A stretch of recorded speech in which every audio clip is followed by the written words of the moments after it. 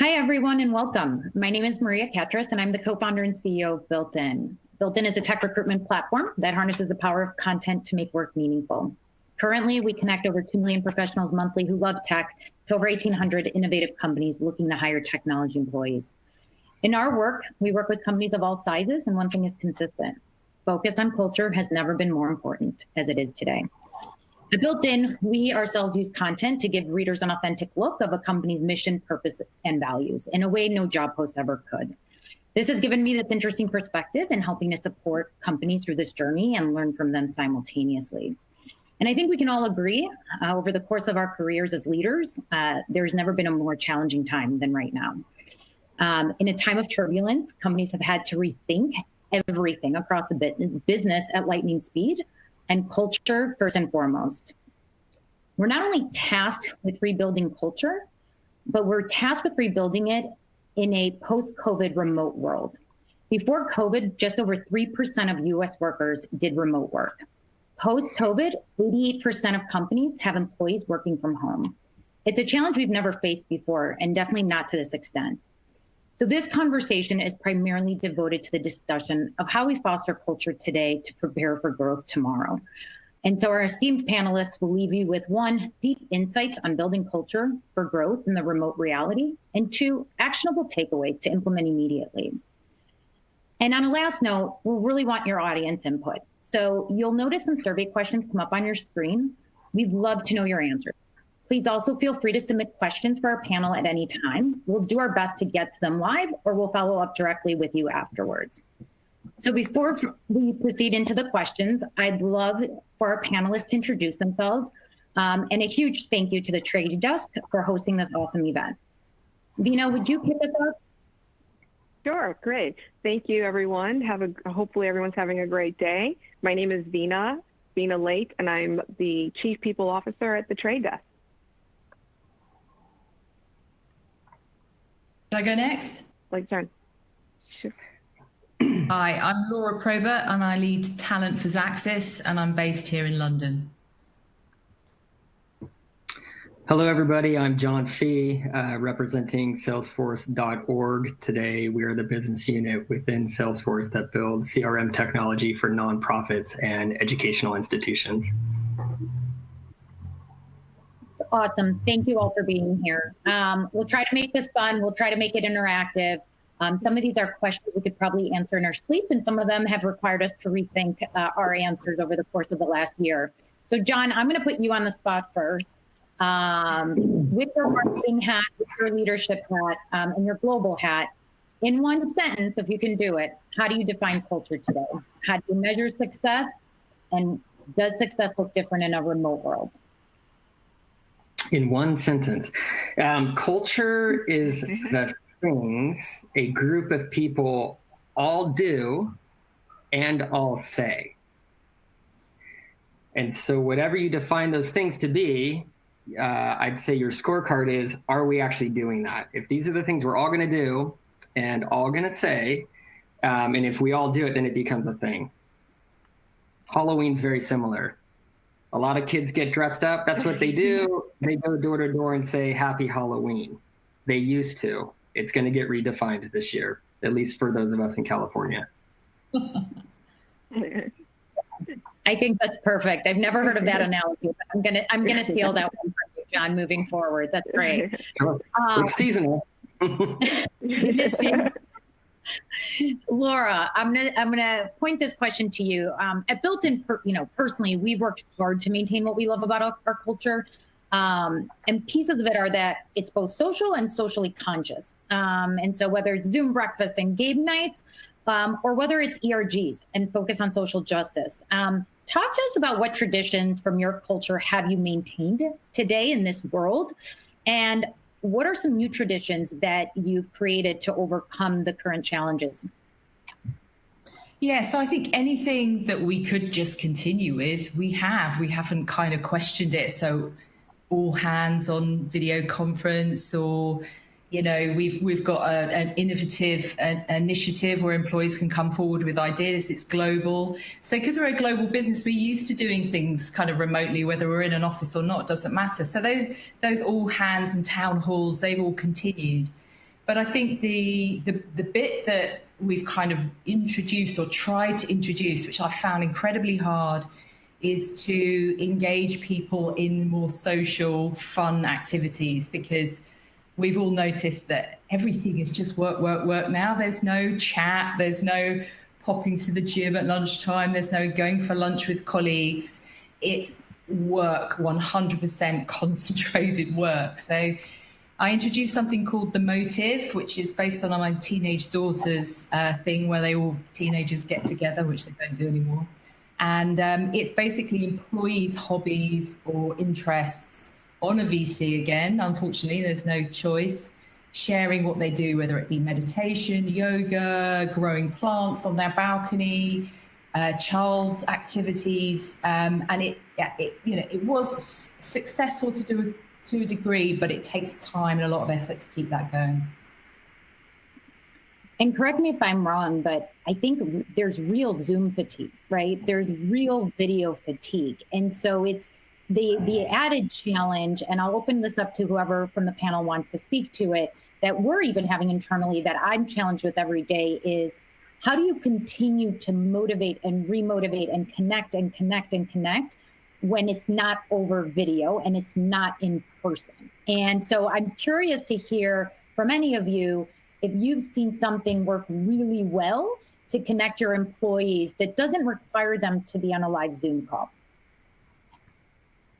One thing that the trade desk has done very successfully is leveraging our group collaboration platform, something like a Slack. And our engineers pioneered this Slack process early on because they had teams in multiple locations. So we expanded that to include a Slack channel called TPD at Home. And it's amazing, much like Laura was discussing with classes, meditation classes and dance classes and cook classes. We recently had a how to cut your own hair in the office, and it was all via Slack. So it's a different platform than Zoom, where it's at your own convenience. You can pop in, add information, tips, and it has been one of probably our most popular Slack channels. Yeah, that's really interesting. I love that. So Vina, since you're speaking, I'm gonna pose this question to you as well. A lot of people and a lot of our customers, what we're hearing a lot of is customers who are choosing to not necessarily go 100% remote, but are implementing remote as part of their strategy, are actually using it as a way to improve DE&I at their companies. And so I would love your perspective on and how you think about leveraging remote to open the door to DE&I. And like, could it be part of a diversity, equity, and inclusion strategy? Could it hurt, right? Would love your take on it, and if you guys have thought about it remote from that perspective. Yes, actually, where it will help is it really opens up the talent pool. So you're focusing on global talent, and also from a race perspective, from a gender perspective, but also from where we don't tend to look at learning disabilities and other challenges and disability that individuals have in getting into an office. So it absolutely gives us an opportunity to look at the world as our talent pool and be able to attract and retain talent, inclusive talent across the globe. Yeah, absolutely. So John, talk to us with the lens you have and the org you represent. Have you seen brands that are doing well by doing good in today's environment? And how are these companies engaging in the world today with all the social unrest that's taking place amidst the global pandemic? And would just love to hear about what brands you're seeing doing this. Are you all doing this at Salesforce? What are the storytelling, your tone, and how has that audience changed and what they're reacting to has changed? Awesome question. Can I start with an actionable insight? It looks like we have close to 180 folks dialed into this call, which is fantastic. I fundamentally believe corporate cultures, team cultures will be the most important thing to unify, rethink, reimagine, and go forward. We've all proven, every sector has proven you can deliver big deals, you can deliver new products, you can drive business growth in the current environment. No one, even Salesforce, which has a phenomenal culture, has figured out what's the evolution of our culture. So I do have an actionable insight. For those of you that are dialed into this call, if you, for whatever reason, lost your job, please reach out to me. Find me on LinkedIn. I'm hiring. Salesforce is hiring. We're going to be hiring a lot of people next year. I would love to personally help you. Again, find me on LinkedIn. Let's connect and let's do that. It's a part of Salesforce's culture, which gets to your question, Maria, which is kind of in the lens of stakeholder capitalism. And we're trying to lead by example to the best of our ability. But there are brands that are way better than us, and there are brands that have been at it for a much longer time, and those are the nonprofit brands. We talk about all the time that business is a platform for change. I can point to thousands of nonprofit organizations that were around way before Salesforce was even a company. Any companies represented here existed that have been focused on driving good in their community, in their neighborhoods, in their cities, whatever their cause is. Phenomenal stuff. Think about the Nature Conservancy. They've been thinking about climate change and fire prevention for decades.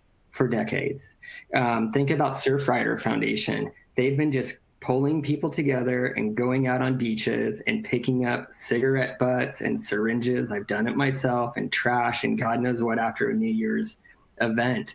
And so for me, the brands that are leading by example today are the brands that were leading by example a year ago. It's just not the brands we all talk about because they're not the brands that we wear. But I think that is actually going to change. I think you're going to see more nonprofit brands, the original purpose-driven brands have a boom in their online stores. You're going to see them move into e-commerce. Why? Because COVID is the great democratizer. If no one's going to stores anymore, and if it's all online, then why can't Surfrider sell as many t-shirts as the Gap? And if it's all about supporting purpose-driven brands, why can't they do it? And so that's where I think this is all going. And from my seat at Salesforce, we're seeing a lot of momentum in that direction. Yeah, absolutely. And you zone in on something that's near and dear to me personally, which is this word of purpose-driven, right? And being purpose-driven, and how that not only relates to your customers and who's going to succeed from a commercial aspect, but also from a personal standpoint, and just how important purpose internally is. And by elevating these nonprofits and by showing what purpose-driven work is, I do think there's going to be outsized pressure on private companies to step up and become more purpose-driven and to be able to recruit, retain, and sell, right? Absolutely.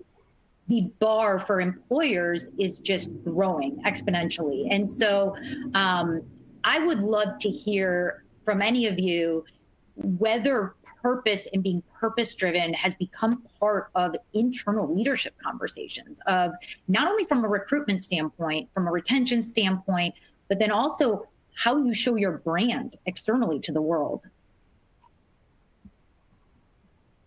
Yeah, I'll make a quick point that turns it on its head slightly. And I would say that, and I think our CEO said this in a recent town hall, that you need to put the mask on yourself, a bit like the airplane sticker in front of you. You need to put that on yourself before you start helping others. And I think there is a big, big issue around mental health. And, it's the elephant in the room and people don't want to talk about it. But for us, there's a massive drive internally for engaging with people on their mental health, having mental health allies, training people in that to help our employees. Because, we're talking about, single parents at home looking after their children all day where they're trying to hold down a full-time job, worried that they might lose their job. So while I think purpose is massively important, I think right now we need to focus on the health and well-being of our employees. And I really don't think any organization has nailed that yet. And until they nail that, starting to look outside and, do these wonderful things, which I think are absolutely necessary and are what drives particularly millennials and what brings them into your organization. It's now COVID time, and I think we are still in the thick of this, and we can't pretend that we're not. So that would be my point on purpose. Yeah, just to build on that, there's two questions every company needs to be ready to answer. Whether they're being asked or not, what are your values? How are you living them? And question number two is more important than question number one. This is not just talk. This is how are you walking the walk? What specifically are you doing to bring those values to life? You're going to get asked those questions by anyone that wants to join your organization. You're going to be asked that question by your employees that are currently at your organization thinking, why am I spending 50, 60 hours a week working here, 40 hours a week working here, when my values don't map to their values? Yeah, and they're going to leave. That's super important, John. I think that we focus on that at TTD in everything we do from hire to retire. Our values are, as how we measure it through our interviewing process, as we created competency models aligned to our values and interview questions, how we perform and develop our employees. I think values are critical because we have to align our values in any dialogue around culture. Absolutely. Yeah, and I think the biggest. Oh, go ahead, Sorry. Laura. No, go ahead. Say they have to be observable. Something written on a wall or written on your corporate site or in your handbook. I don't think employees actually read that and really believe it until they come into the organization and they see it living out through the culture and how the business does things. I think both Trade Desk and Salesforce are organizations that I admire and actually do send a fantastic message online. And, I go onto Salesforce a lot and look at, a lot of your materials, and especially around D&I. And the Trade Desk is an incredible company, but that's what they need. They need tangible, visible signs from managers and everybody across the business, I think. Yeah, and beyond the companies that are represented here, I'm going to plug nonprofits again. If you want to look to mission-aligned organizations that have been living their values through and through since the day they opened their doors, it's a nonprofit. And there's so much for-profit can learn from these organizations. Phenomenal organizations, globally scaled organizations with big brands too. You say the Red Cross and everyone's all, whew, did you see what they did during that last crisis? Like, I volunteer for them, I'm giving blood. Like, people come alive when you talk about these organizations, not just their volunteers, their donors, the people in the communities that they've supported. Yeah, and John, I think you bring up a really good point, which is, it can no longer be a separate thing for this generation or for any of us. It's no longer, hey, I go do my 9-to-5 job and I'm going to go volunteer for this nonprofit after work. Purpose and work is being combined today. And that is what job seekers want today. And, I'll switch a little bit to talk about the tech industry specifically. And, when I look at the tech industry, overall unemployment is just devastating, right? But when you talk about tech unemployment, it's actually lower today than it was in January, right? So we're still talking 2.8% for the tech workforce. But yet overall unemployment is 15%. So, we're kidding ourselves if we think, oh, everyone's out of a job and everyone's just going to want to work for my company. That's not true. And it really isn't true for our industry specifically. And so, I would love to hear, Vina, your take on, what are you hearing and what questions are tech professionals today asking about when they're looking to work at the Trade Desk? What is most important to them, and how has that changed, if at all, since March? It's changed prior to COVID pandemic.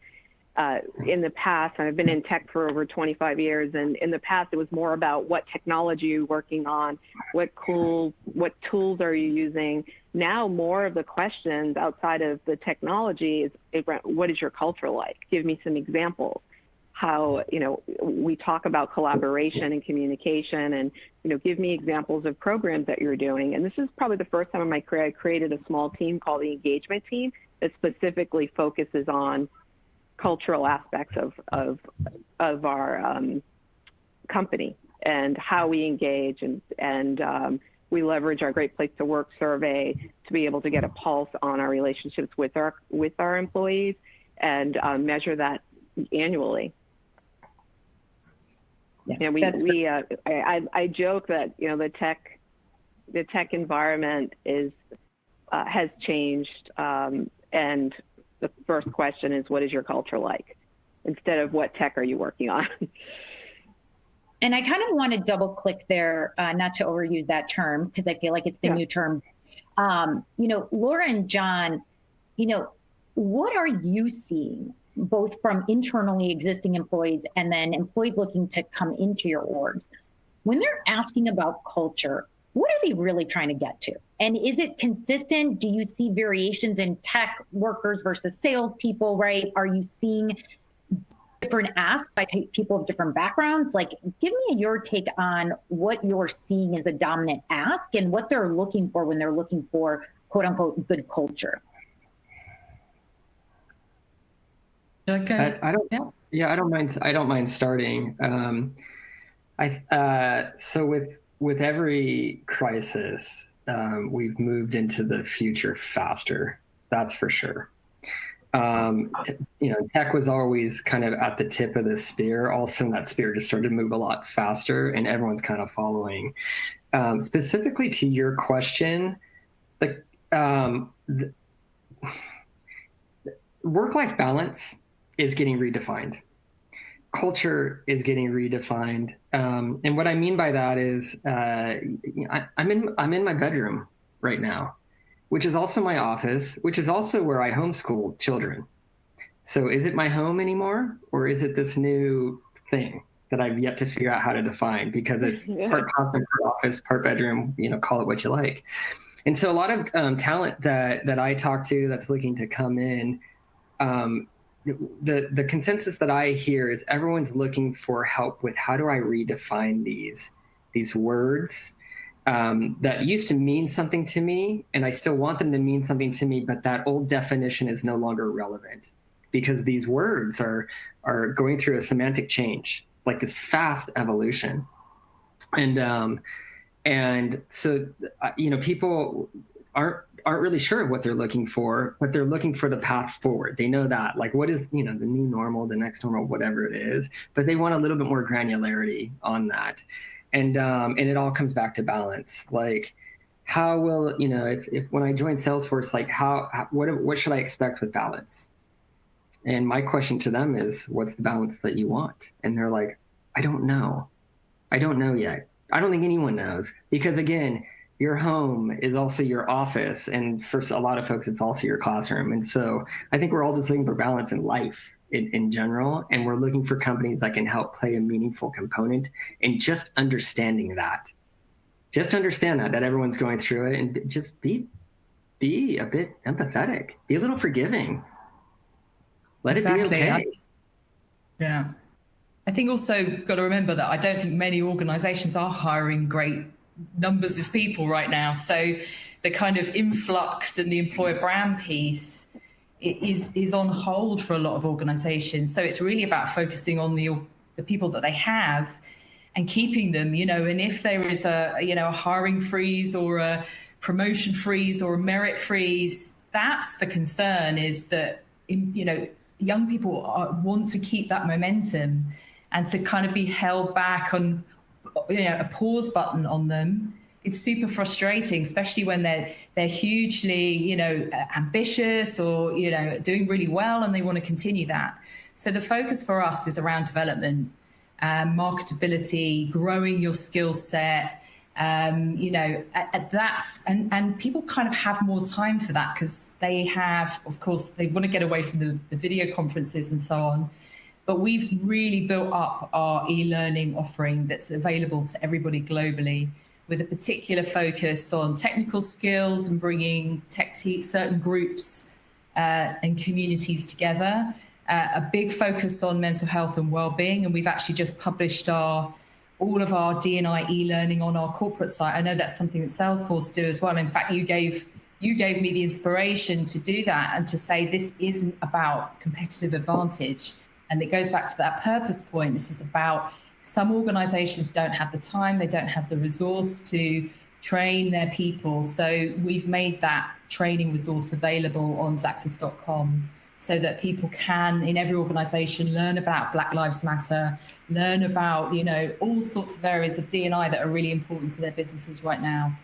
So for us, it's keeping the campers happy now, and while they have spare time, that when they're not remote, commuting to work, they can spend some time. We've also introduced something called Thrive Day, which is a whole day, no VCs, no meetings, diary completely clear. It's all about focusing on your own personal and professional development, which is why we've spent a lot of time trying to build this culture. We thought it would take us years to build a learning culture. And with COVID, it kind of happened overnight because everyone was like, well, what do you got? And I'm at home and I can't, come in and do all these great things. And so we really quickly started to build that up, and that's been very, very successful. In fact, today is Thrive Day, so I shouldn't even be on here, but, Thanks, Laura. Really appreciate that, both of you. So I'm going to actually take a couple of audience questions that have come in since you guys have been speaking. They've started in higher volume now, so I want to address some of them because they're really good questions. And I'll say, anyone can jump in and answer this, but I'll start with this one. It's a really important one. What are some actionable ways for employees to challenge their organizations to take a stand during important cultural moments? The way companies respond to their environments is just as important to what they say they stand for. Could I jump in on that one? Sorry, you probably heard my voice enough just speaking, but really fantastic event that I've never seen before, but like safe rooms, or basically you can have 100, 150 people dial in to a VC, and then you're broken out into groups. And you can have any topic. And obviously Black Lives Matter is a really, really important topic for us. And we had a discussion around that, but it was a really great way of doing it. Big group, but then you break it down into smaller groups. You have a moderator in the groups. Everyone gets a chance to speak, give their views. Everything is recorded, as in typed up. And all of that feedback is then given back out to those 150 people so everyone can see what everyone else has said. It's all the kind of agencies coming together. That was a wonderful experience where if that was 150 people all talking on a VC, it would have been chaos. But because it was the way it was managed and the way everyone felt part of a big group, but also felt they had a chance to speak in a safe and smaller environment. And a load of that feedback is now being implemented back into our strategy on D&I. So I think that was a really great event that I would highly recommend to other organizations. I would add, again, culture is the things that a group of people all say and all do. And so when you're on an all hands, and we do an all hands with Mark and his leadership team every week, it's opened up to 50,000 employees. Anyone can ask a question directly to Mark. It is not filtered. It is not a show. It is a coming together of 50,000 employees as part of our Ohana. And it is 100% transparent. For those of you that are at organizations that are looking to build to something like that, and it's not perfect, we are by far perfect. Like we get a lot of stuff we got to work on, but if you're looking to build for something like that, and you're in the room, and the person next to you speaks up, and if you like it that they spoke up, you have to say that. You have to say, like, I don't have a comment, but I'm glad they spoke up. I'm glad we are building a culture where anybody can speak up. I believe we need more of that. You need to message them outside of the meeting. Thank you for speaking up. I believe we need to have a culture where every voice matters. just by doing that, the next time they're in the room, they'll have so much more confidence that, hey, I'm at the right place, surrounded by the right people to speak up. And more people will speak up. And then you'll finally hear, do we all say and do the same things? What really is our culture around here? But it's every voice counts. Every voice counts. And to add to that, one of our values is openness, and a second is generosity. And I really think it's important that we continue to educate each other on our differences and create a space where people are safe to be able to talk about what they're concerned about, and make sure that we do a lot of panels. It's Latinx month, and we focus on understanding all the differences within the Latinx environment. During the Black Lives Matter, we had courageous conversations and how to be an ally. But it's super important that you align to your values and that you create a safe space and educate yourself on the different differences, because it is a challenge you don't want everyone to be the same per se. We want everyone to add to the culture, but also understand each other's differences and respect each other through our openness. Absolutely. Yeah, and I think, John, you zoned in on an interesting point that actually came up today. We internally had a mandatory identity training at Built-in, and one of the concepts and ideas that arose from it was what Obama did during his administration with amplification. 2/3 of his top aides were men. Some of the women were complaining that their voices weren't being heard. And so they created this amplification strategy, which is very similar to what you referenced, John, which is, if someone's voice isn't being heard, you repeat what they said and you credit them for it. And it's an amazing tactic that when I heard that, and frankly, I heard that today for the first time, I'm like, we've got to implement this. Like, that's an amazing, really tactical, easy thing to implement that could have substantial impact, substantial change. And I think that addresses one of the other audience questions, which was like, how do you hold your peers accountable to maintaining this culture, right? I think one of the other questions, and this is a tactical question, but an important one, specifically for companies who are hiring during this time, right? We ourselves have faced hiring employees at this point where they've never met their peers face to face, right? It's way easier when you've had some level of face-to-face interaction to maintain that relationship and those relationships remote. I would love to hear any advice you have, and for the audience, as to what are some really good tactics you all have seen work in onboarding new employees during this time to not only make sure they're acclimated, that they form relationships quickly, that they feel part of the culture and understand it in this remote world.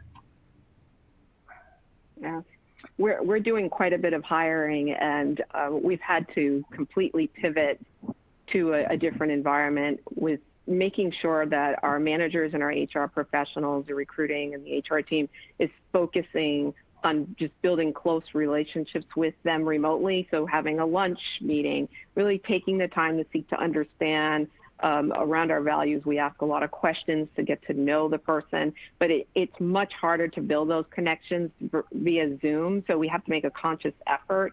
We created a manager handbook on how to hire remote. How often should you meet? It's not just a weekly one-on-one once you're onboarded, making sure you're checking in, being very kind and considerate of the individuals and some of the challenges they're focusing. But it's very challenging, and it's something that requires a conscious effort to have strong emotional intelligence, empathy, to be able to take the time to get to know the individual before you bring them on board, and then to continue to develop those relationships once they are here. Yeah, I don't think you can beat face to face. It's, it's unavoidable. You can't form that deep connection unless you meet someone. So I think you have to make that effort to, wherever you are, somehow meet up. And then once you've done that, it doesn't have to be a daily thing, obviously. Once you've formed that connection and that bond, human to human, I think then that sustains for quite some time. And then the VCs and it kind of keeps that ball rolling. But if the ball, if you haven't actually physically met someone, I think it's really difficult to form a connection. And pre-COVID, I'd flown my whole team over. We hadn't all met. And it's sustained us throughout COVID. once that bond is formed, that's it. You know, we're a team. But if we hadn't done that, I think it would have been a lot trickier. Yeah, well, we're challenged to build that bond now in this virtual environment, because we've hired close to over 100 employees during this pandemic, and we have to create those bonds and just stay connected as much as possible. Really tough. It's so we can give real hugs. We're doing virtual hugs. What a perfect segue. I was recently had some friends over. Everyone's social distancing. We're talking about like what do you miss the most? Like, what is the number one thing you miss the most? And it came down to two things. It's also what I miss about work as well. I miss hugs. I miss when friends show up at my house and you hug them. I miss when colleagues would fly in from a different country and like it's good and you greet them with a hug, right? I miss that. I also miss mugs, which is going to bars, getting a mug of beer, going out for coffee. We had these great cafeterias at Salesforce, and so instead of a meeting, let's go get a cup of coffee. Let's sit there. It's gone. It's gone. And then I realized, okay, well, I've spent less time hugging, and I spend less time, drinking a pint or getting a cup of coffee. But my team has spent more time this year with my children and my wife and getting to know, why do I have this painting behind me? What is the story of it? And all aspects of my room than they ever would have in the old days. And I in the beginning I was like, I gotta be Zooming, everyone stay away. Then I'm like, fuck it. Come on in, kids. If you have a question about this, if you need help with that, like life, and dad's gonna be like this for a chunk, probably about 8-10 hours a day, depending on what's going on, sometimes more. And I'm not gonna segregate. My work is my life. My life is my work. And so why try to find balance? Just, I'm letting it all bleed together. And I actually think if you just step away from it, we're getting to know each other way more. Again, I am talking to all of you from my bedroom. That's pretty personal. And it's John, it's funny you say that, because they're really getting to know your authentic self. Oh yeah. Which you let down all barriers, all walls, and this is me. So I love it. Yeah. And if we need to do a break, I don't turn my mic on, and they hear me like go in and I'm chatting with my wife, or talking about coffee, and they come back, and like I don't have anything to hide. Like I'm not doing anything crazy. Like I'm just getting by like everyone else. And I think the more leaders like just get human, get a little vulnerable. You will grow so much more through this environment. And if you don't grow through this environment, that'll be the biggest thing you regret. You will be the one person that looks back and goes, as a leader, like, God, I'm the only one that says, like, I did not grow through COVID. I did not grow through that crisis. And leaders grow through crisis if they're a real leader. Yeah, I couldn't agree more. Every conversation I have with my fellow tech CEOs, it's the operational challenges that we're faced with today are the easiest parts of our job. The hardest part of my job today is the people side. And if you do not have a high level of EQ, good luck. Like good luck retaining your people, good luck managing them. And I will tell you, we internally use a tool called Culture Index. And people joke, my own board laughs at me. They think I get paid like to promote it. I really don't. For me, the most eye-opening, and it's a tool we use for recruitment and then retention and communication across teams. And the way it helps today is everyone, and it'll translate into a question, but everyone reacts to feedback differently based on your profile. Certain people need high levels of social interaction to be successful. Others don't. Some people move at a very slow pace. Others move at a very fast pace. COVID and this remote world and all these crises nationally have exacerbated individual profiles, and some have thrived and some have not.